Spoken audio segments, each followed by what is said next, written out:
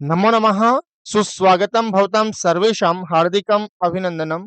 मित्राणि, मैं मनीष दीक्षित विजयश्री संस्कृत एकेडमी परिवार में आप सभी का हार्दिक स्वागत करता हूं, हार्दिक अभिनंदन करता हूं। साथियों, जैसा कि आज देख पा रहे हैं आप, आज का हमारा जो पाठ्य बिंदु है, आज का जो हमारा टॉपिक है, वो है शब्द रूपाणी। शब्द रूपाणी। शब्द रूप प्रारंभ करने से पहले मैं आपसे कुछ प्रश्न पूछना चाहता हूं। क्या आपको भी शब्द रूप याद नहीं होते हैं? क्या आप शब्द रूपों का अर्थ जानते हैं? या आपको भी संस्कृत अनुवाद में कठिनाई आती है? या आप भी संस्कृत से हिंदी अनुवाद करना सीखना चाहते हैं? यदि हाँ, यदि आपका ये सभी प्रश्नों का उत्तर है हाँ, तो बिल्कुल आप जुड़े रहिए हमारे इस वीडियो से, क्योंकि यह वीडियो जो प्रारंभिक कक्षा यानी कक्षा 6 की बात करूं, कक्षा 6 से लेकर के सभी प्रतियोगी परीक्षाओं के लिए महत्वपूर्ण है। सभी प्रतियोगी परीक्षाओं के लिए महत्वपूर्ण है, क्योंकि संस्कृत यदि आपको पढ़ना है तो शब्द रूपों का ज्ञान आपको होना ही होना है। शब्द रूप आपको आने ही चाहिए। साथियों, हमको कक्षा 6 से पढ़ाया गया और शब्द रूप याद नहीं हुए तो हमको खूब डांटा भी गया। लेकिन अब डांटने की जरूरत नहीं है, अब समझने की ज़रूरत है। और ये भी समझना है हमें कि शब्द रूप क्यों पढ़ाए जाते हैं संस्कृत में, क्या इनकी आवश्यकता है? जैसा कि आप टाइटल देख रहे हैं, आज का इसका हेडिंग देख रहे हैं कि संस्कृत व्याकरण का हीमोग्लोबिन, यानी शब्द रूप को हीमोग्लोबिन क्यों कहा? क्योंकि जिस प्रकार शरीर में हीमोग्लोबिन की मात्रा अधिक होगी, तो आपका शरीर स्वस्थ होगा। वैसे ही संस्कृत रूपी शरीर में मैं शब्द रूप और धातु रूप को हीमोग्लोबिन कहता हूँ।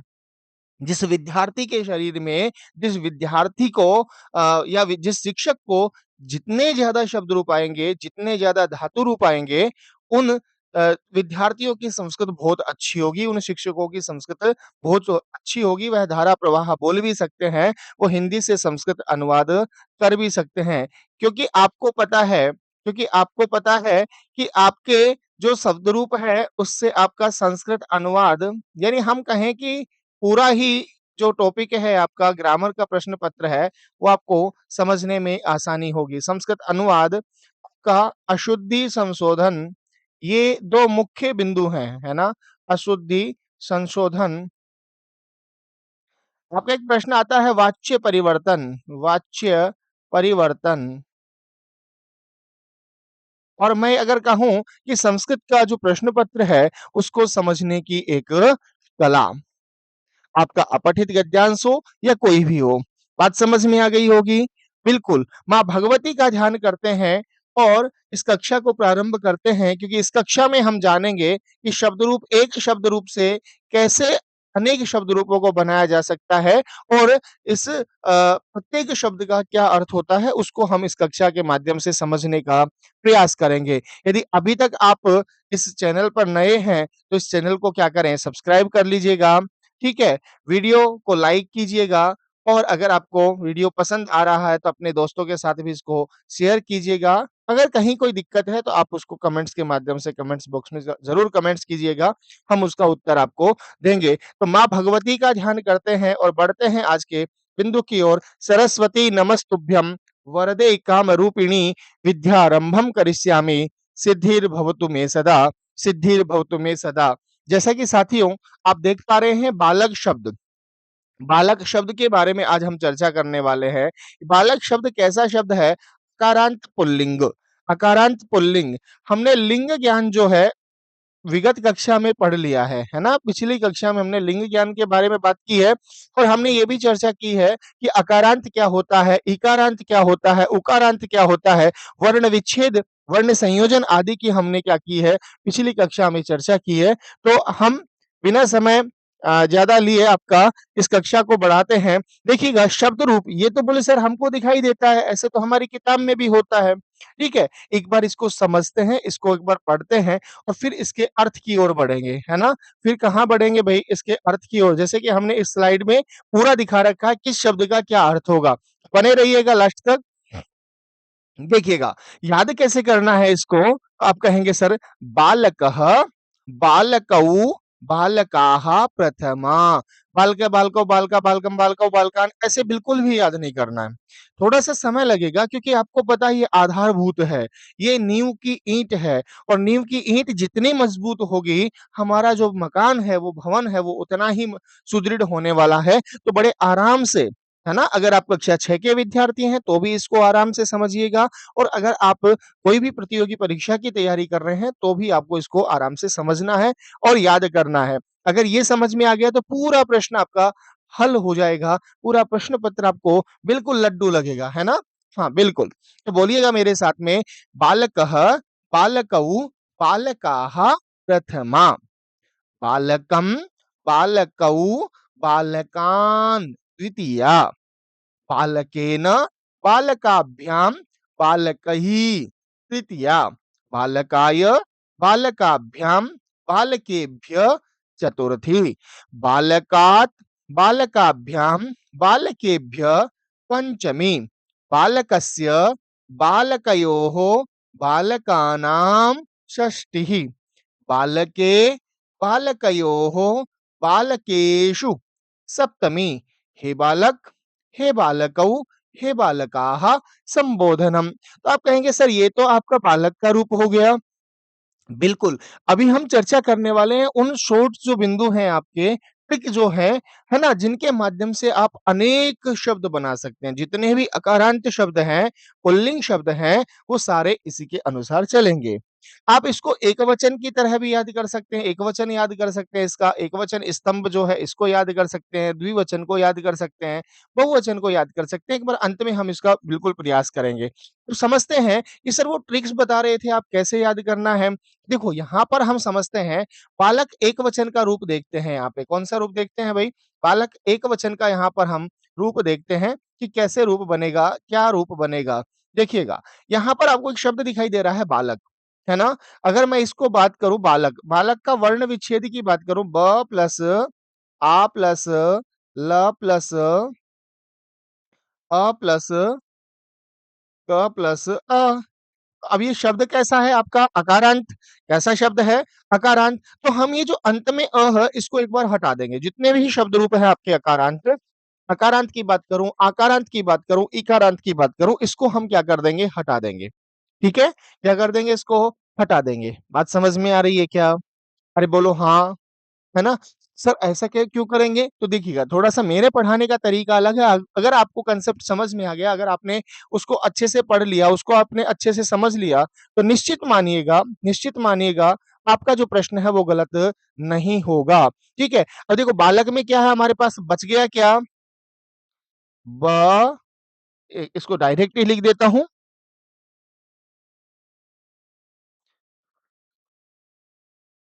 बा, ला, क, यानी हमारे पास ये शब्द बच गया। क्या बच गया? बालक, क हलंत बच गया। अब इसमें करना क्या है? ये देखो, ये एकवचन जो स्तंभ है आपका, इसके अंदर क्या-क्या छुपा है? अगर बालक, ये जो हलंत वाला क हम अलग कर देते हैं तो इसके साथ-साथ में आपको क्या देखने को मिलेगा?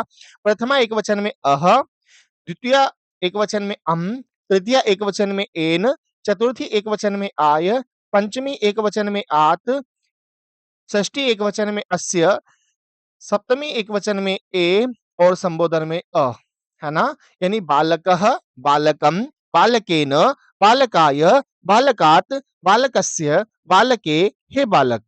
अब इसमें क्या-क्या छुपा हुआ है?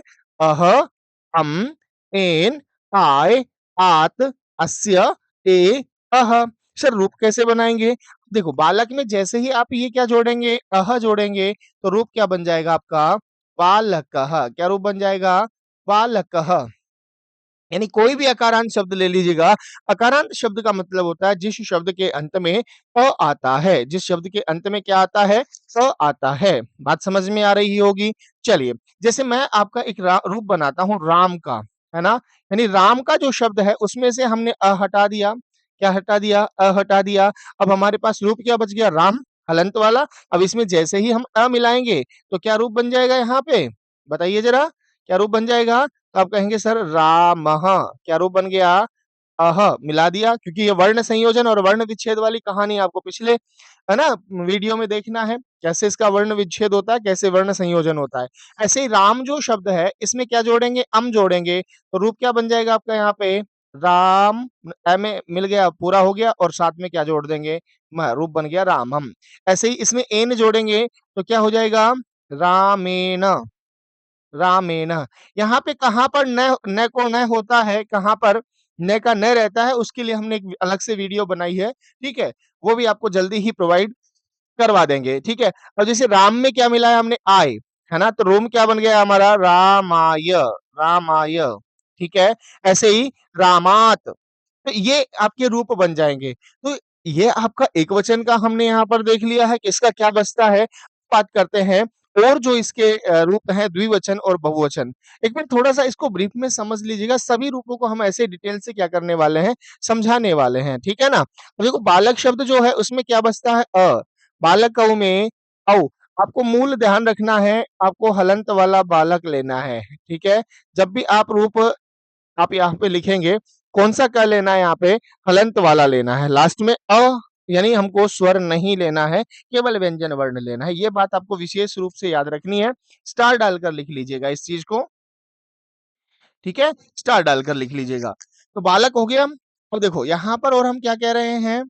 आप कहेंगे सर इसमें बच गया हमारे पास, यहाँ औ हो गया, यहाँ पे आहा, यहाँ पे औ, आन, एन, आभ्याम, अहि, आय, आभ्याम, एभ्य, आत, आभ्याम, एभ्य, अस्य, अयोः, आनाम, ए, अयोः, एषु, अह, औ, आहा। ठीक है, ये रूप हो गए। अब आपको पूरा रूप याद करने की जरूरत नहीं। क्या याद करना है?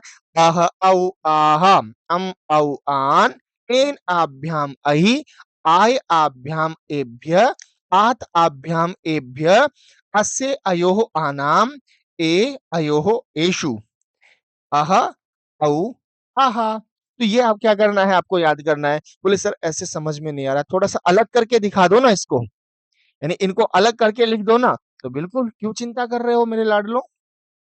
ये लीजिए, है ना? यहाँ पर हमने इसको एक रूप अलग से लिख दिया है इनको, यानी कैसा है? अकारांत पुल्लिंग शब्द। कैसे अकारांत पुल्लिंग शब्द? ये प्रत्यय जोड़ करके आप क्या बनाएंगे? अकारांत पुल्लिंग शब्द।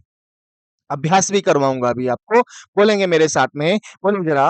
अह, लिख लीजिएगा, स्क्रीनशॉट ले लीजिएगा, है ना? ये पीडीएफ आपको हमारे टेलीग्राम चैनल पर भी मिल जाएगी, विजयश्री संस्कृत एकेडमी पर, ठीक है? तो बोलिएगा अह, औ, आहा, प्रथमा, अह, औ, आहा, प्रथमा, अम, औ, आन, द्वितीया, एन, आभ्याम, एहि, तृतीया, आय, आभ्याम, एभ्यः, चतुर्थी, आत, आभ्याम, एभ्यः, पंचमी, अस्य, अयोः, आनां, षष्टिः, ए, अयोः, एषु, सप्तमी, अह, औ, आह, संबोधनम्।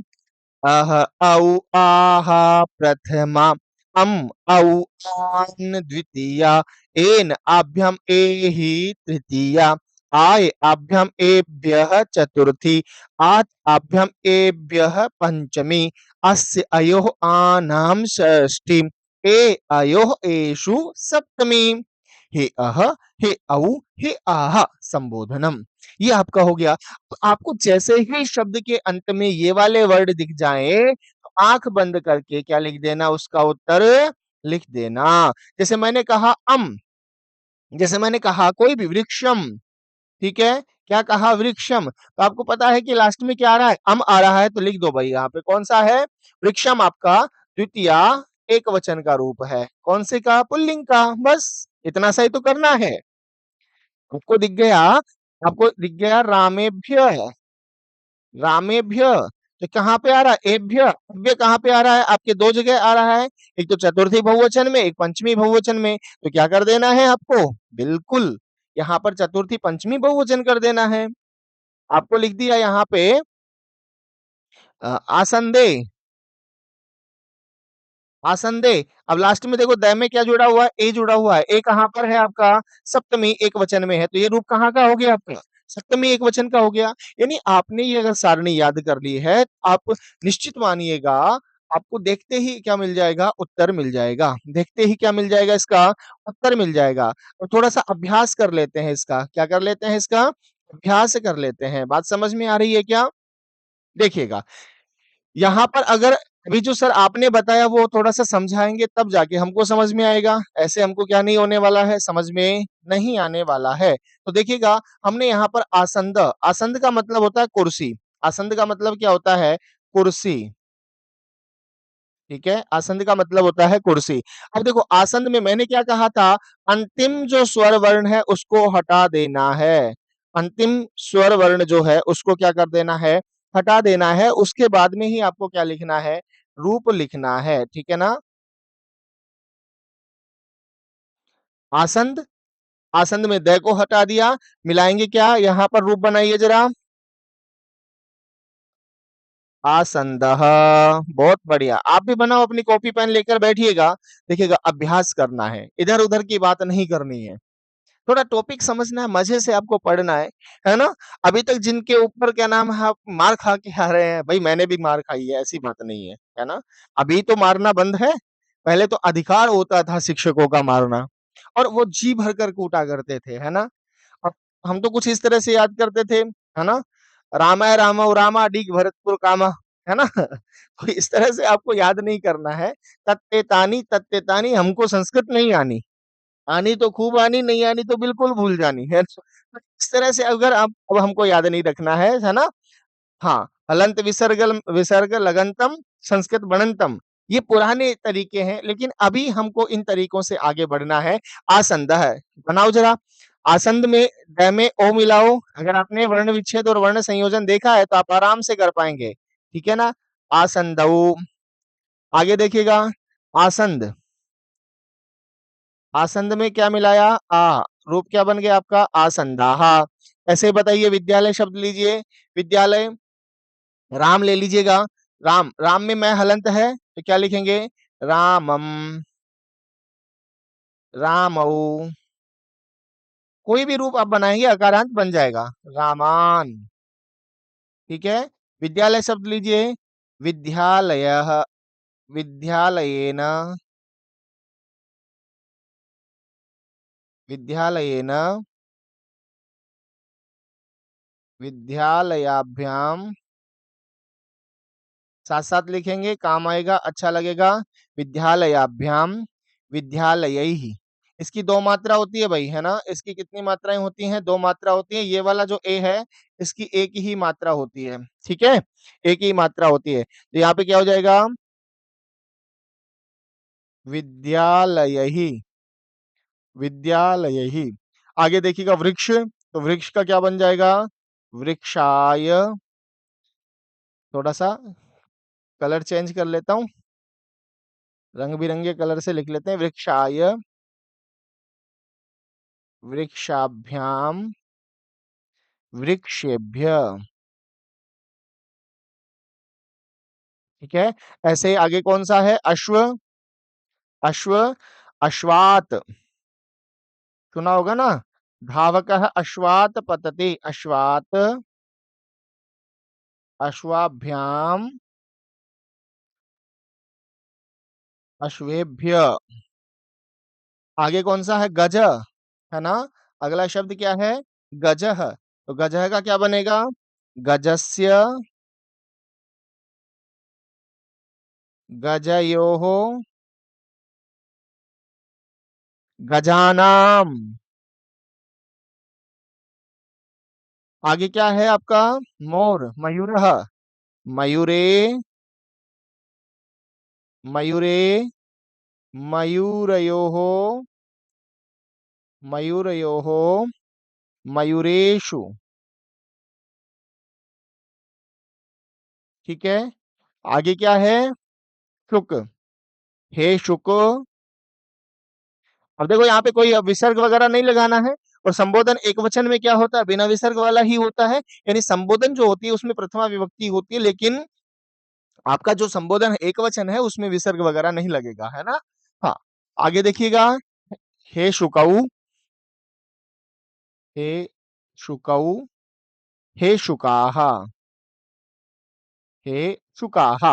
तो ये आपके क्या हो गए? आपने तो एक ही रूप याद किया था बालक का, और हमारे साथ में समस्या यही तो है कि बस बालक का याद कर लिया, अगर परीक्षा में बालक का नहीं आया तो हम तो बस चिंता में हो जाते हैं कि और बालक का तो आया ही नहीं, अब मैं कैसे करूंगा, मैं कैसे करूंगी, मैं तो फेल हो जाऊंगा, फेल हो जाऊंगी। ऐसा नहीं करना है आपको, बिल्कुल भी नहीं करना है। ठीक है ना। ऐसे चिंता नहीं करना है आपको। ये जो मैंने अभी इनको बताए हैं, इनको एक बार याद कर लेना, और उसके साथ में आप हजारों शब्द बना सकते हैं। कितने शब्द बना सकते हैं? हजारों शब्द बना सकते हैं। देखिएगा, मेरे नाम के अंत में मनीष है आ रहा है, अ आ रहा है, यानी मेरा पुल्लिंग शब्द है, और मैं रूप बना सकता हूँ मनीष है, मनीषऊ, मनीषाहा। ठीक है। अंत में मतलब कोई भी रूप हो सकता है, कोई भी हो सकता है। ठीक है। उसका ही रूप आप चलाना स्टार्ट कर दीजिएगा। ऐसे रूप बनाने में आपको चिंता नहीं करनी। एक रूप से आप हजारों रूप बना सकते हैं, है ना? हजारों रूप बना सकते हैं। तो देखिएगा कि सर ये क्यों पढ़ाए जा रहे हैं? क्या इनकी आवश्यकता है? इनका अर्थ क्या है? क्यों इनको समझने में हमको दिक्कत आती है? तो एक इसके लिए एक सीधा-सा एक तरीका बता रहा हूँ। कोई भी शब्द हो आपका, पुल्लिंग, स्त्रीलिंग, नपुंसक लिंग, है ना? कोई भी शब्द हो, आपका उसका एकवचन लेना है।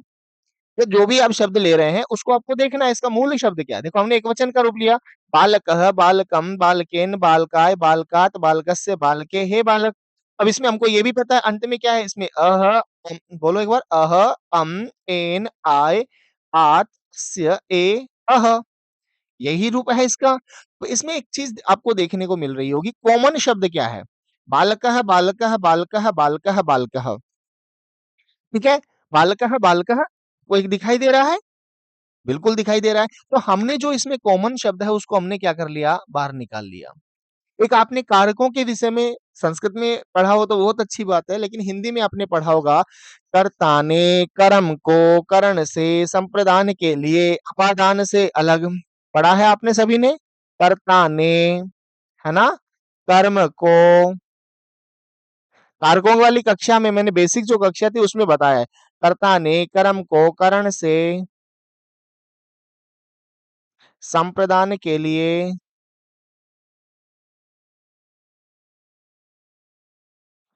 पादान से अलग।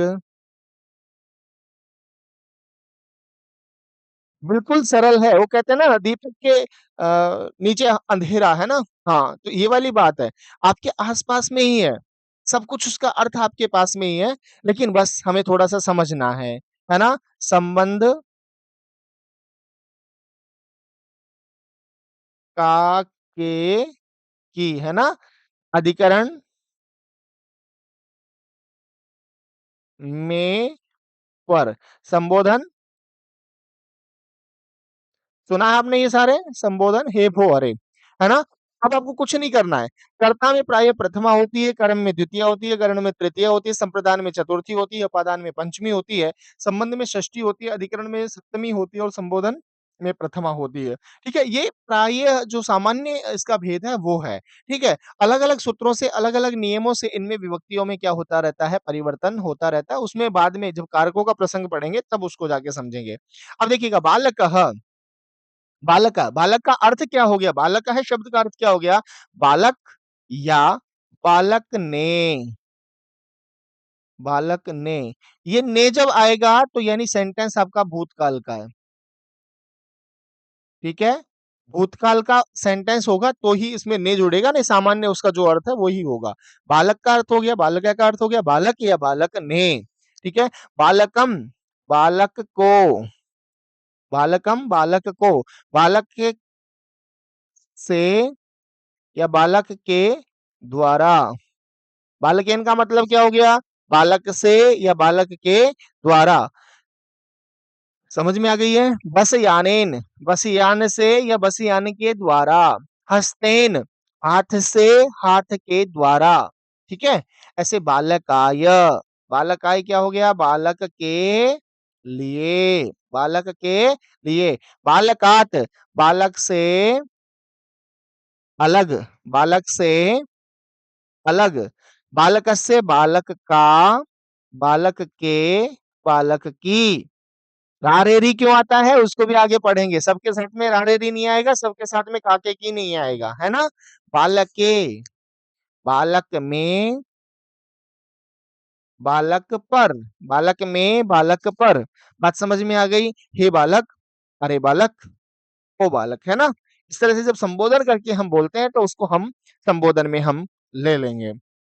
देखिएगा कोई भी रूप ले लीजिएगा ना, जैसे मैंने कहा रामम यानी राम को, हस्तेन हाथ से या हाथ के द्वारा, वृक्षात, वृक्षात यानी पेड़ से अलग, वृक्षात पत्रम पतति, बालकस्य नाम सुधीरः, बालकस्य नाम सुधीरः, बालकस्य नाम सुधीरः, रामस्य पिता दशरथः। किसके पिता दशरथ हैं? तो राम के पिता दशरथ हैं। तो कहने का मतलब क्या हुआ, अगर हमें विभक्तियों का ज्ञान हो गया तो बिल्कुल ये हमारे वाक्य बिल्कुल सही होने वाले हैं, इसमें किसी प्रकार का कोई संदेह नहीं है। इसको आपको समझने की क्या है, जरूरत है, समझने की जरूरत है। बात समझ में आ गई होगी, यस या नो। तो आगे अब देखिएगा कोई भी शब्द ले लीजिएगा, हम बालक का जो शब्द है उसको क्या करने वाले हैं, उसके सभी अर्थों को बताने का प्रयास कर रहे हैं इस वीडियो में, है ना। उसके सभी अर्थों को क्या कर रहे हैं, हम बताने का प्रयास कर रहे हैं। मैं मानता हूं अगर आपने ये जो क्या नाम है एक कक्षा जो है वो अगर आपने अच्छे से समझ लिए, एक शब्द रूप को अच्छे से समझ लिया है तो निश्चित रूप से आप सभी शब्द रूपों को समझ पाएंगे। और मैं उम्मीद भी करता हूं कि यूट्यूब के इतिहास में पहली बार इतना विस्तृत शब्द रूपों को समझाने का अर्थ सहित प्रयास किया है। ठीक है, तो बिल्कुल, क्योंकि आपको ये चीज समझ में आनी चाहिए। संस्कृत का अगर कंसेप्ट एक बार समझ में आ गया तो निश्चित रूप से आप इसको हल कर पाएंगे। बात समझ में आ गई। बालकः, बालक ने, बालकौ, दो बालकों ने, है ना, दो बालक या दो बालकों ने, बालकाः, अनेक बालक या अनेक बालकों ने, बालकम, और जैसे मैंने यहाँ पे रामम कहा तो राम को, रामऊ, दो रामों को, है ना।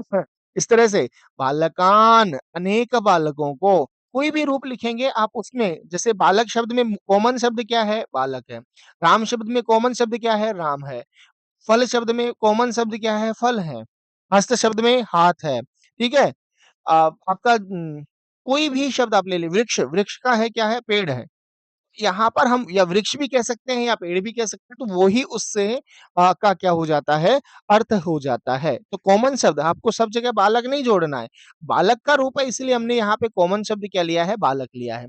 जो शब्द आप रूप आप देख रहे हैं तो उसको उसी रूप को लेकर के आपको चलना है। ऐसे ही बालकेन, बालकेन यानी बालक से या बालक के द्वारा, बालकाभ्याम, दो बालकों से या दो बालकों के द्वारा, बालक ही, अनेक बालकों से, अनेक बालकों के द्वारा।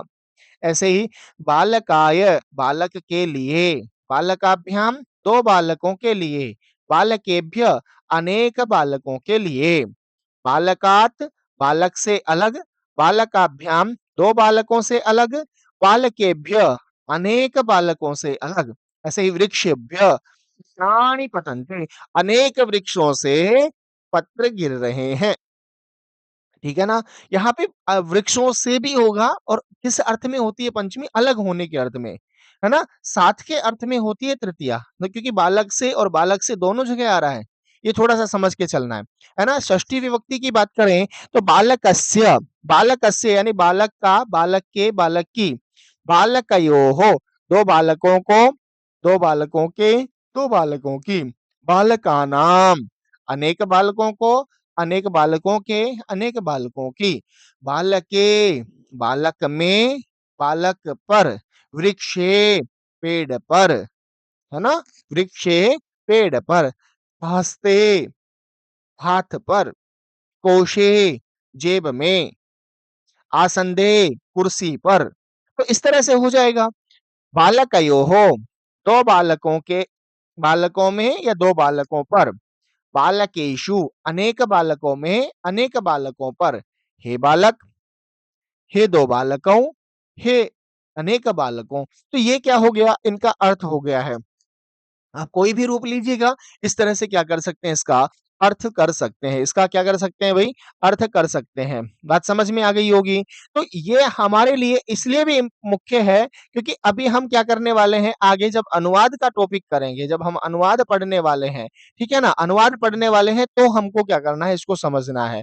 और ये कक्षा के बारे में मैं फिर कहूंगा कि आप वहां से देखिए, और सभी शब्द रूपों को हम क्या करने वाले हैं, ऐसे विस्तार से पढ़ने वाले हैं। ठीक है, इसको समझाने के लिए बाकी सबको क्या नाम है, हर शब्द रूप को हम एक बार एक-एक क्लास में प्रत्येक शब्द रूप की एक अलग-अलग से वीडियो बनाने वाले हैं। ये जो आपकी जो प्रतियोगी परीक्षाओं में हो या आपकी कक्षा में हो, तो वो जो शब्द आपके पाठ्यक्रम में है ना?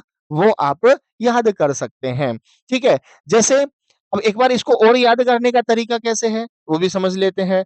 तो बालकः, बालकौ, बालकाः, बालकं, बालकौ, बालकान्, बालकेन, बालकाभ्यां, बालकैः, बालकाय, बालकाभ्यां, बालकेभ्यः, बालकात्, बालकाभ्यां, बालकेभ्यः। एक तो तरीका ये हो गया, हम ऐसे याद कर रहे हैं। दूसरा, हम तो पता नहीं क्या याद कर रहे हैं। बालका, बालकौ, बालका, बालकम, ऐसा पता ही नहीं चल रहा है कि शब्द रूप सुना रहा है या फिर पिटाई कर रहा है शब्द रूपों की, है ना? दूसरा तरीका क्या है? बालकः, बालकौ, बालकाः प्रथमाम्। अगर आप इस तरह से याद करेंगे तो आपको पता होगा कि ये रूप कहाँ से है ना? बालकं, बालकौ, बालकान् द्वितीया, बालकेन, बालकाभ्यां, बालकैः तृतीया, बालकाय, बालकाभ्यां, बालकेभ्यः चतुर्थी, बालकात्, बालकाभ्यां, बालकेभ्यः पंचमी, बालकस्य, बालकयोः, बालकानां षष्ठिः, बालके, बालकयोः, बालकेषु सप्तमी, हे बालक, हे बालकौ, हे बालकाः संबोधनम। एक तरीका ये हो गया। एक हम एक वचन स्तंभ को पढ़ेंगे। बालकः, बालकम, बालकेन, बालकाय, बालकात्, बालकस्य, बालके, हे बालक, बालकः, बालकम, बालकेन, बालकाय, बालकात्, बालकस्य, बालके, हे बालक। ठीक है, द्विवचन कैसे याद करेंगे? बालकौ, बालकौ, बालकाभ्याम, बालकाभ्याम, बालकाभ्याम, बालकयोः, बालकयोः, हे बालकौ। बहुवचन कैसे याद करेंगे? बालकाः, बालकाः, बालकैः, बालकाः, बालकान्, बालकैः, बालकेभ्यः, बालकेभ्यः, बालकानां, बालकेषु, हे बालकाः। इस तरह से याद कर सकते हैं। एक तरीका कैसे याद हो सकता है? ऐसे अधस्तात् ऊपरी, हे बालकाः, हे बालकौ, हे बालक, हे बालकेषु, बालकयोः, बालके, बालकानां, बालकयोः, बालकस्य, बालकेभ्यः, बालकाभ्यां, बालकात्, बालकेभ्यः, बालकाभ्यां, बालकाय, बालकैः, बालकाभ्यां, बालकेन, बालकान्, बालकौ, बालकं, बालका, बालकाः, बालकौ, बालकः। इसे भी याद हो सकता है ना? ये अधस्तात् ऊपरी हो सकता है। हे बालक, बालके, बालकस्य, बालकात्, बालकाय, बालकेन, बालकम, बालकः। ऐसे आप चाहे अधस्तात् ऊपरी याद करें, चाहे अधस्तात् ऊपरी याद करें, चाहे उपरिष्टात् अधः याद करें, है ना? चाहे आप वामतः दक्षिणम करें या दक्षिणतः वामम प्रति आप इस तरह से याद करें तो ये निश्चित रूप से क्या होने वाले हैं, रूप आपके याद होने वाले हैं। निश्चित रूप से क्या होने वाले हैं भाई? याद होने वाले हैं। बात समझ में आ गई होगी? हाँ। ठीक है, एक एक श्लोक के माध्यम से हम इस पूरे रूप को समझने का प्रयास करेंगे। यानी जो हमारा एकवचन का रूप है, एकवचन का जो रूप है, उसको एक श्लोक के माध्यम से हम क्या करने का प्रयास करेंगे? समझने का प्रयास करेंगे। ठीक है? भगवान राम की क्या है? स्तुति है। आपने एक श्लोक सुना होगा, एक श्लोक सुना होगा। कौन-सा श्लोक सर? तो ये सुनिए देखिएगा, है ना? आपने सुना होगा कि रामो राजमणिः सदा विजयते, रामं रमेशं भजे, रामेण विहता निशाचर चमू, रामाय तस्मै नमः। रामात् नास्ति परायणं परतरं, रामस्य दासोऽस्म्यहम्, रामे चित्तलयः सदा भवतु मे, भो राम मामुद्धरः, भो राम मामुद्धरः। देखेंगे कि ये आपका प्रथमा एकवचन का रूप है। कहाँ का है? प्रथमा एकवचन का है। रामम आपके प्रथमा द्वितीय एकवचन का है। रामेण, रामेण आपके तृतीय एकवचन का है। रामाय आपके चतुर्थी एकवचन का है। रामात आपके पंचमी, है ना? ये संधि कार्य होकर रामात प्लस नास्ति, रामान नास्ति। रामस्य आपके षष्ठी एकवचन का रूप है। ठीक है? रामे आपके सप्तमी एकवचन का रूप है और संबोधन भो राम माम उद्धर है, ये आपका क्या हो गया? संबोधन हो गया। ये क्या हो गया? संबोधन हो गया। तो कौन से उसमें कौन-सी विभक्ति आएगी? यहाँ पर 8 पद्य दिए गए हैं और प्रत्येक पद्य की शुरुआत प्रत्येक पंक्ति की शुरुआत आपके एक वचन के रूप से स्टार्ट हो रही है। भगवान राम के जो है वो स्तुति की गई है। दोबारा एक बार इसका उच्चारण करते हैं। रामो राजमणिः सदा विजयते रामं रमेशं भजे रामेणाविहता निशाचरचमू रामाय तस्मै नमः रामान्नास्ति परायणं परतरम् रामस्य दासोऽस्म्यहम् रामे चित्तलयः सदा भवतु मे भो राम मामुद्धरः भो राम मामुद्धरः। भगवान राम के चरणों में इस कक्षा को समर्पित करके मैं विश्वास करता हूं कि आप सभी को ये क्या होगी? याद होगा। ये आपको सभी को ये कक्षा के बारे में जो हमने चर्चा की है, जिन बिंदुओं के बारे में चर्चा की है, उन सबको आपने समझा होगा। प्रत्येक शब्द का आप अब हिंदी अर्थ कर पाएँगे, उसको समझ पाएँगे, बिल्कुल, ठीक है? तो अगर अभी तक आपने क्या नहीं किया है, कक्षा को लाइक नहीं की है, तो लाइक कर दीजिएगा, ठीक है? चैनल पे अगर आप नए हैं और अभी तक सब्सक्राइब नहीं किया है, तो सब्सक्राइब कर दीजिएगा। कमेंट्स भी ज़रूर कीजिएगा अगर आपको कुछ समझ में नहीं आता है और अपने दोस्तों के साथ इस कक्षा को ज़रूर शेयर कीजिएगा, ठीक है? हम शब्द रूपों की एक श्रृंखला प्रारंभ करने वाले हैं, ठीक है ना? शब्द रूप। शब्द रूपों की एक पूरी श्रृंखला हम प्रारंभ करेंगे। ऐसे ही हम धातु रूप की भी एक श्रृंखला विस्तार से क्यों हमको धातु रूप पढ़ाया जाता है, ठीक है ना? उसके बारे में हम बात करने वाले हैं और जब आप शब्द रूप और धातु रूप का ज्ञान आपको अच्छे से हो जाएगा, तो आपका अशुद्धि संशोधन और संस्कृत अनुवाद वाला जो बिंदु है, वो भी बिल्कुल आराम से आप उसको कर पाएँगे, उसको समझ पाएँगे और 2-3 चीज़ें आप देखिएगा, कहाँ पे न को न होता है, कहाँ पे न को न होता है, ठीक है? कहाँ पे न को न होता है, कहाँ पर आपको स का प्रयोग ये स का प्रयोग करना है, कहाँ पे शु का प्रयोग करना है, इनके बारे में एक अलग से वीडियो बना रखी है, तो वो भी आप क्या कर सकते हैं, देख सकते हैं। इजाज़त चाहते हैं अभी आपसे, ठीक है? आप स्वस्थ रहें, मस्त रहें और निरंतर अपनी तैयारी करते रहें। इन्हीं शुभकामनाओं के साथ आज के लिए इतना ही। धन्यवाद। नमो नमः। पुनः मिलामः।